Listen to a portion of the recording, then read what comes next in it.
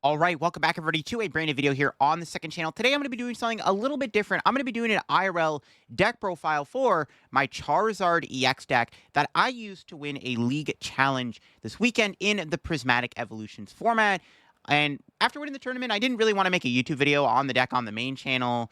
I didn't want to really do like a tournament report style video like I did for San Antonio. So I just decided, why not do a IRL deck profile showing off the deck list instead. I did get a lot of people asking to see the deck list, and like I said, I didn't really want to make a video on the deck on the main channel, but I thought, I've never done a deck profile before. This could be a really cool idea to try one out here on this deck. So my first time trying to do one of these videos. If you're going to enjoy the video, leave a like, and of course, if you want me to make more IRL deck profile videos here on the channel, let me know by leaving a like and leaving a comment down below. I am definitely down to do more of these types of videos.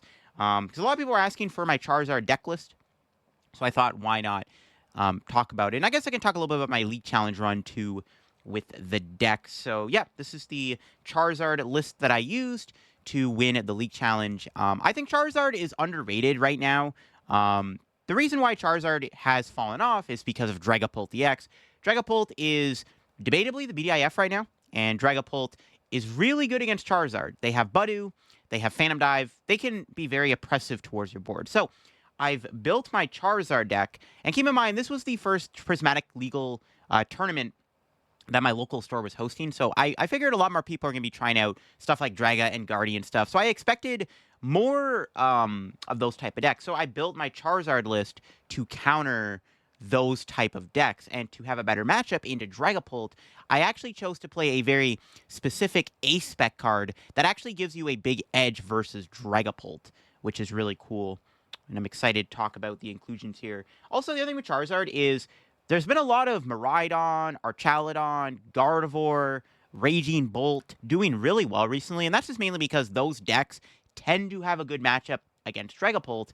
Well, Charizard has a good matchup against nearly any deck in the format apart from Dragapult and Regidrago, but Regidrago has fallen off considerably with the Prismatic Evolutions release. So let's take a look at my list. So starting things off here, we'll just go through the Pokemon real quick. So starting things off, we do have our two Charizard EX in the deck. Your main attacker, all the Charizard lists now have been going up to like 2 Charizard.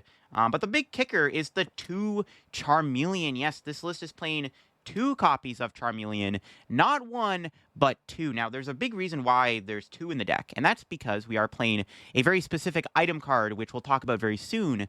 But 2 Charmeleon is very good because it makes your Charmanders safe. We got 3 Charmander in the deck. It's very important to have the 2 Charmeleon with the 3 Charmander with the TM evolution that we're going to be playing in the deck, but also because just having 2 Charmeleon is a lot safer versus Dragapult, where your Charmanders can easily get picked off by Phantom Dive. They just chill on the bench and just kind of do nothing, and your opponent goes Raid Alakazam, and then Phantom Dive, knock out Charmander, and a lot of the time, without Thornton, especially if you don't have a Pidgeot in play because they Phantom Dive your Pidgey, you struggle to get out more Charizards. A lot of the time versus Dragapult, if you can make your board like decent with a bunch of Charizards in play, usually you're pretty favored. So that's why it's nice to have 2 Charmeleon. The reason why I'm playing the split, well, honestly, the main reason why is I actually couldn't find a second one of these in my house, but I needed a second Charmeleon. I decided this is probably the best Charmeleon to play in the deck that isn't the 100 HP one, mainly because it can use Heat Tackle, it can do 70 damage.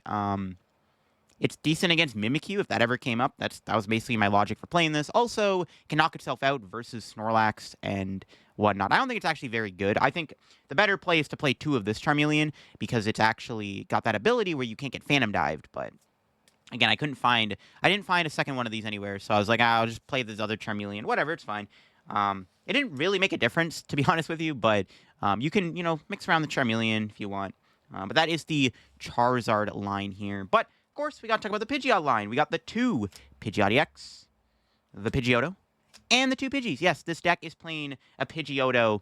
Like I said, this deck does play a very specific item card, or tool card, I should say, to help set up your stage 2s to play around Budu and stuff. So the Pidgeotto is needed for that reason alone. And then, of course, 2 Pidgeot. I mean, Charizard, we all know the lifeblood of the deck is the Pidgeot. Quick Search is just a very good ability to find any card you want. I find that whenever I play this deck and I'm able to get my Pidgeot out turn 2, I find that usually I'm able to control how my game plays. I mean, Pidgeot is just such an absurdly good card that it's like, if you can get this thing out, if you know how to play the deck well, if you know lines, if you kind of map out how you're going to win the game in your head, most of the time Pidgeot will win you the game if you get this guy out. So you have to play the Pidgeot with Charizard. The Pidgeotto is nice because, again, there is a very good item in the deck that we're going to be running to help get the guy out quicker. Obviously, you know what? We're playing the Dusknoir in the deck. I mean, I honestly was like thinking, I'm like, do we even play Dusknoir here? Because, like, I don't know, this card is so cheesy, but I mean, Dusknoir, you have to play this within Charizard. Curse Blast is too good.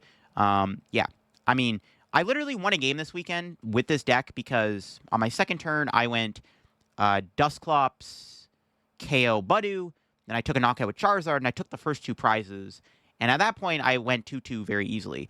Dusknoir is too good not to play. Very good against Lugia. You can knock out their Cinchinos. It's very good in a lot of situations. You can take like a 2-prize turn out of nowhere, which a lot of the time wins you the game. If you can take 2 prizes with this deck on your second turn via Dusclops or Dusknoir Charizard knockout, you're very much probably going to win that game, to be honest. Nothing to know with Dusclops. You can use the item that we're playing in the deck, the TM Evo, to put this thing into play turn 2 and threaten your opponent with a turn 2 Dusclops or Dusknoir to take a 2-prize KO by making Charizard's Burning Darkness do more damage. So you want to keep that in mind. All right, of course, got to play Radzard. I mean, it's a no-brainer. Playing a Charizard EX deck, you got to play the Radiant Charizard. It's just, you have to play it, obviously. And then the support Pokemon. So we got the support package. We got the Rotom, the Classic, the Lumineon, the Fez. I will say this, Gardevoir is starting to play Spiritomb now, which does hurt this deck a little bit. Gardevoir is, I think, a good matchup for Charizard. Overall, like, it's a fairly decent matchup. When you have double Charmeleon, too, and they happen to play a Devo, it's even better. But if they play Spiritomb, you kind of get nerfed a little bit because your Rotom and Lumineon do not work. It's actually a pretty big deal. You have to rely on Pidgeot and Fez. But there is one more support card, and that is Cleffa. Anytime I play a deck with a Pidgeot and a rare candy in it, I am throwing a Cleffa in my deck. This card is so damn good. I love Cleffa. It is my favorite support Pokemon in the game. Actually, no, Bibarel is, but Cleffa is a close second. This card is just so powerful.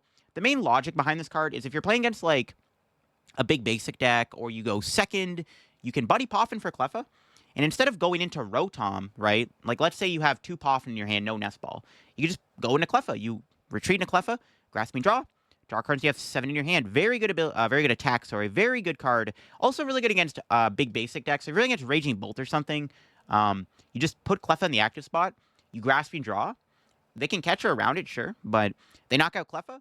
You can then initiate the 2-prize trade. And then Cleffa just makes it easier to get double candy combo if you can thin your hand down. I'm a big fan of playing Cleffa within this type of deck. So that's all the Pokemon in the deck here. Really just the difference, obviously. We have the Pidgeotto and the double Charmeleon. There's no Budew. I considered playing Budew when I was building this list, but I was like, I don't think we really need Budew. But I considered playing the Budew in here. But to be fair, like, you don't really need it. Usually, when you get to set up, you get to play the game. Yeah, Budew would make it easier to set up an impressive board, but I like the Cleffa more than Budew. Cleffa's better in other matchups where Budew is, like, weaker. Like, if I'm against Raging Bolt or something, I'd probably rather be doing Grasping Draw than Itchy Pollen, because if I can set up a good board, usually I'm winning most games. All right, the trainers now. Pretty important thing to talk about here. So, of course, we got the 4 Arven. We are playing an Arven engine deck. We have to play 4 Arven, gets you rare candy, 4 Seal Stone. But Arven is very important because we have 2 extremely important tools in this deck that Arven is good with. 2 Iono. This deck, full disclosure, does not play Unfair Stamp. That is not the ace spec I've gone with today. So we're going to be playing 2 Ionos. We got 2 Boss's Order in the deck too. Classic Charizard stuff. Then we got Roxanne. So this is kind of where the debate came up with my list was, do I want to play 3 Iono or 2 Iono Roxanne? Again, we do not play Unfair Stamp in this deck. So we have to play an extra draw supporter that gives us cards, in my opinion. So it's either the 3rd Iono or the Roxanne. I like Roxanne because if your opponent takes 3 prizes, you can put them to a low hand size. You can build up a big hand. My issue with Iono is that, like, the mid to late game, this card drops off in power level. Like, sure, if you Iono before you quick search and Fez, it's fine. But sometimes you just want to refresh your hand and draw 6 cards, right? So it's nice to have the Roxanne just to do that. And Roxanne's pretty good. A lot of the power of this deck ultimately is your opponent going down to 3 prizes, and we'll talk about that in just a sec. Next up is Turo, another card you usually just play in Charizard. We got the Thornton, another staple now. This card is ridiculous. You can make some insane plays work out of nowhere. Like, if your opponent kills your only Charmander in play and you can't rot it back, Thornton is really good. Also, you know, you can turn a Rotom into a Charmander or something, which makes your board have less liabilities on the bench. And then we got Briar. You have to play this in Charizard. Basically, it's like a staple. I didn't use it at all in the tournament. And, I mean, I legit can see a world where you cut Briar, but it's too good. It's very niche, but when it comes up, you need it. So I don't think you can ever cut Briar. I don't know. It would be nice because it is a dead card a lot of the time. Again, I didn't use it once in the entire League Challenge, but it's Briar, bro. It's too good not to play in a Charizard deck. So that is the supporter lineup here. All right. Now on to the interesting part of the video, the trainers and tools and items and stuff. So, of course, we're playing for Buddy Buddy Poffin. We are playing a Stage 2 deck. Poffin is needed to set up our board.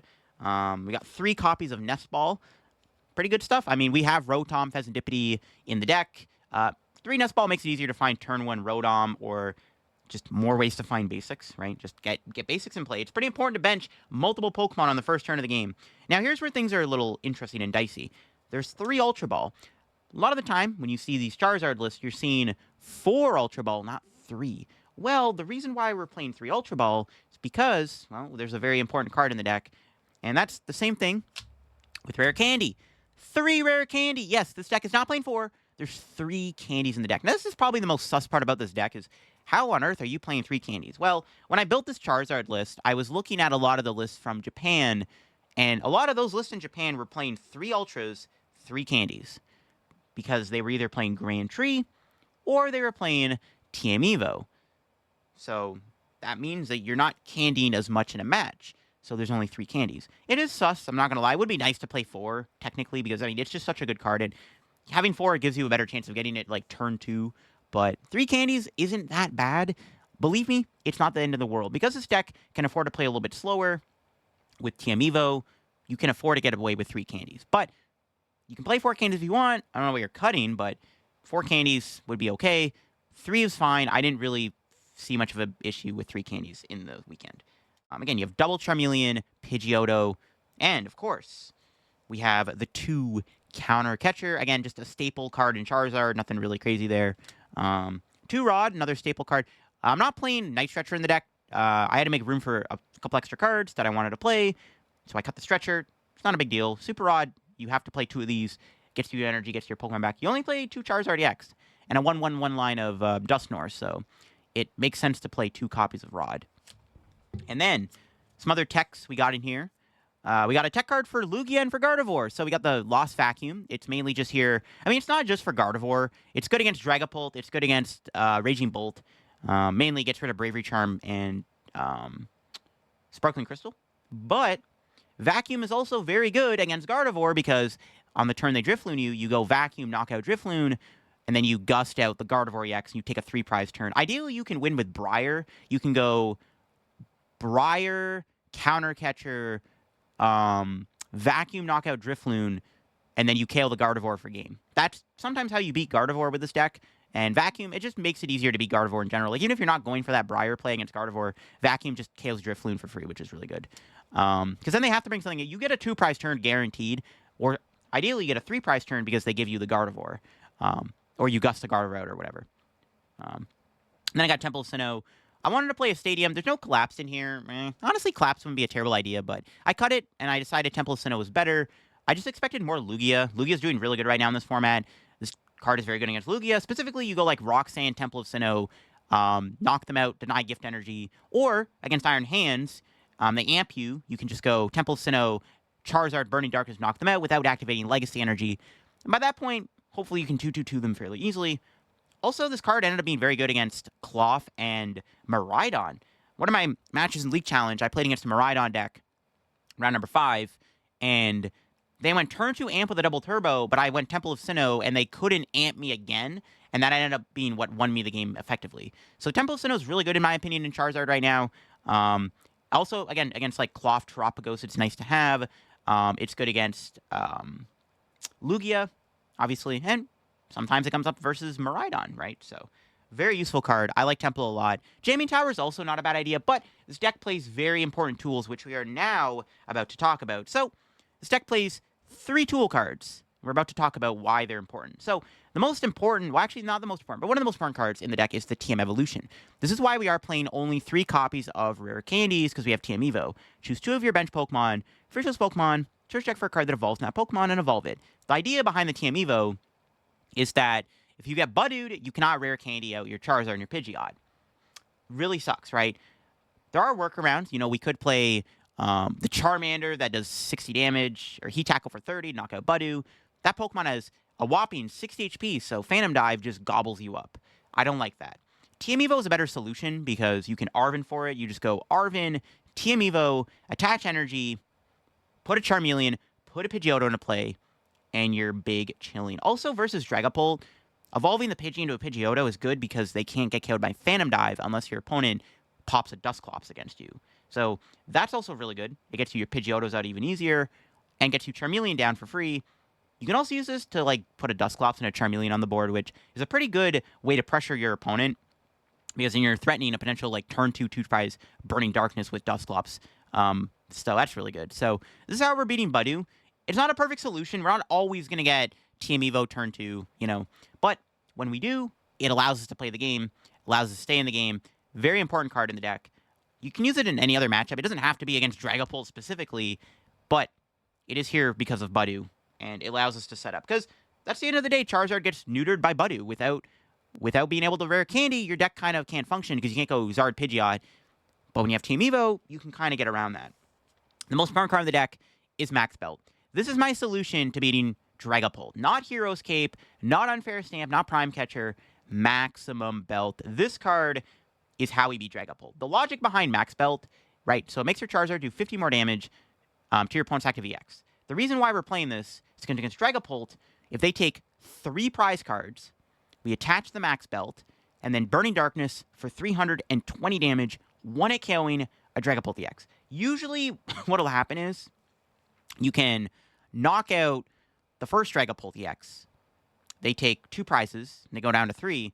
You go second Charizard, Max Belt, then you 1-hit KO that Dragapult. Usually on the bench, they'll have a Fez, or maybe they'll have another Dragapult, and they have no way to remove your Max Belt, and then you just go Max Belt again, and you knock out the next Dragapult. If they cannot answer a Max Belted Charizard, they have no way to KO it, you just win the game, because this thing is going to take out 2 Dragapults, and that's basically why we play it. It did win me a game versus Dragazard in the end match. My opponent played really well, but it came down to the point where I needed Max Belt to knock out their active Dragapult, or I'd lose the next turn to a boss's order.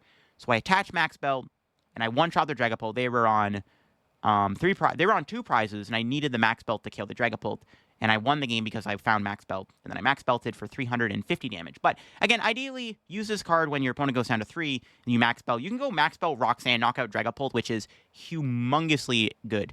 Also, this is good against big basic decks. We don't play Defiance Band. Not gonna lie, maybe I would have liked Defiance Band this weekend, but because we have Max Belt, I'm not playing the Defiance Band. Defiance Band does hurt a little bit more versus Regidrago, right? You kind of need that for your Radiant Charizard or whatever to knock out a Regidrago V, but honestly, it's fine. Max Belt is just too good right now. There's not enough Drago for me to care about playing a Defiance Band, and Max Belt is just a better A-spec for that reason. Also, if you run into a mirror match, you have a very big advantage because you have the Max Belt in the deck. You can knock out their Pidgeots a lot quicker, which is really good. Very good card to have in the deck. Max Belt is the A-spec of choice, and it's how we fix the Dragapult matchup. And then Force Seal, the classic card you got to play in a Charizard Rotom deck. And then finally, we have 6 copies of Fire. A lot of our list play 5 Fire. We're playing 6 because we have a TM Evo. We need to have better odds of finding turn 1 energy attachment. I did consider playing a 7th energy in the deck. I thought about either Mist Energy or Double Turbo. Double Turbo is nice because you can use it with your Radiant Charizard to attack quicker in a match. You can use it with your Pidgeot to use Blustery Wind. You can use it with Pheasantipity sometimes, which is kind of random. And then Mist Energy I consider just to give you a better time versus Phantom Dive. Not a bad card to have in the deck, right? Mist Energy is pretty useful, but a lot of the Dragapults are just playing Temple Sinnoh anyways, so I was like, Mist Energy seems irrelevant. You could play it, though, because against Gardevoir, you can protect your Charizard from getting Monkey Doried, which is kind of cool. So I don't hate the idea of a Mist Energy in here, because like I said, you put on your Charizard, and they can't confuse you, which can be pretty funny. A lot of the time, Gardevoir can beat you by just randomly Monkey Dooring you, and it forces you to flip a coin to attack. If you flip Tails, a lot of the time that Tails is what loses you the game. So Miss Energy is good. But the thing is, when you have 6 Fire and 2 Rod, you actually don't mind having the Charizard just manually retreat, because you have 6 energy to work with. It's a lot of energy, right? And again, the reason behind 6 energy is you want to make sure you have turn 1 energy attachment for your TM Evo, so we're going to play 6 energy in the deck. I'm not going to lie, it actually feels really good to play 6 Fires. Again, the 5 Fire Energy Charizard lists were, like, fine, but, like, 5 energy felt really awkward sometimes. Where you have 6 energy, you don't mind doing things like retreating, Turoing your Charizard, you know, you're chilling because you have 5 energy and 2 Rod in the deck, right? You effectively have, what, 12 energy to work with in total, if you really look at it that way. But yeah, 6 Fire is the optimal list. And there you go. That is the Charizard deck I used to win the League Challenge with. Really like this deck right now. I think Charizard is a pretty solid sleeper deck, just because it's fallen off a lot. Nobody's really respecting it.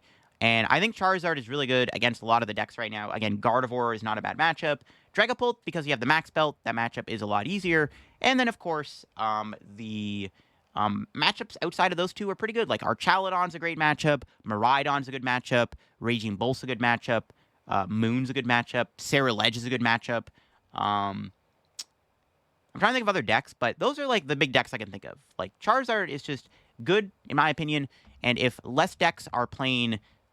if there's less Charizard going around, it's going to be a bit of a sleeper play, and I think Charizard is a pretty solid deck to play right now. And I like this list a lot. I think maybe going forward I would maybe change a few cards, but I don't know, I like the 60, and definitely give the Charizard deck a try if you haven't already. But hope you enjoyed the deck profile here on my Charizard EX deck. If you did, leave a like. Again, if you want me to do more deck profiles, I am down. This was actually a lot of fun to record, so definitely now to do more of these for sure. If you're new here to the second channel, make sure to subscribe down below. We're on the road to 21,000 subs.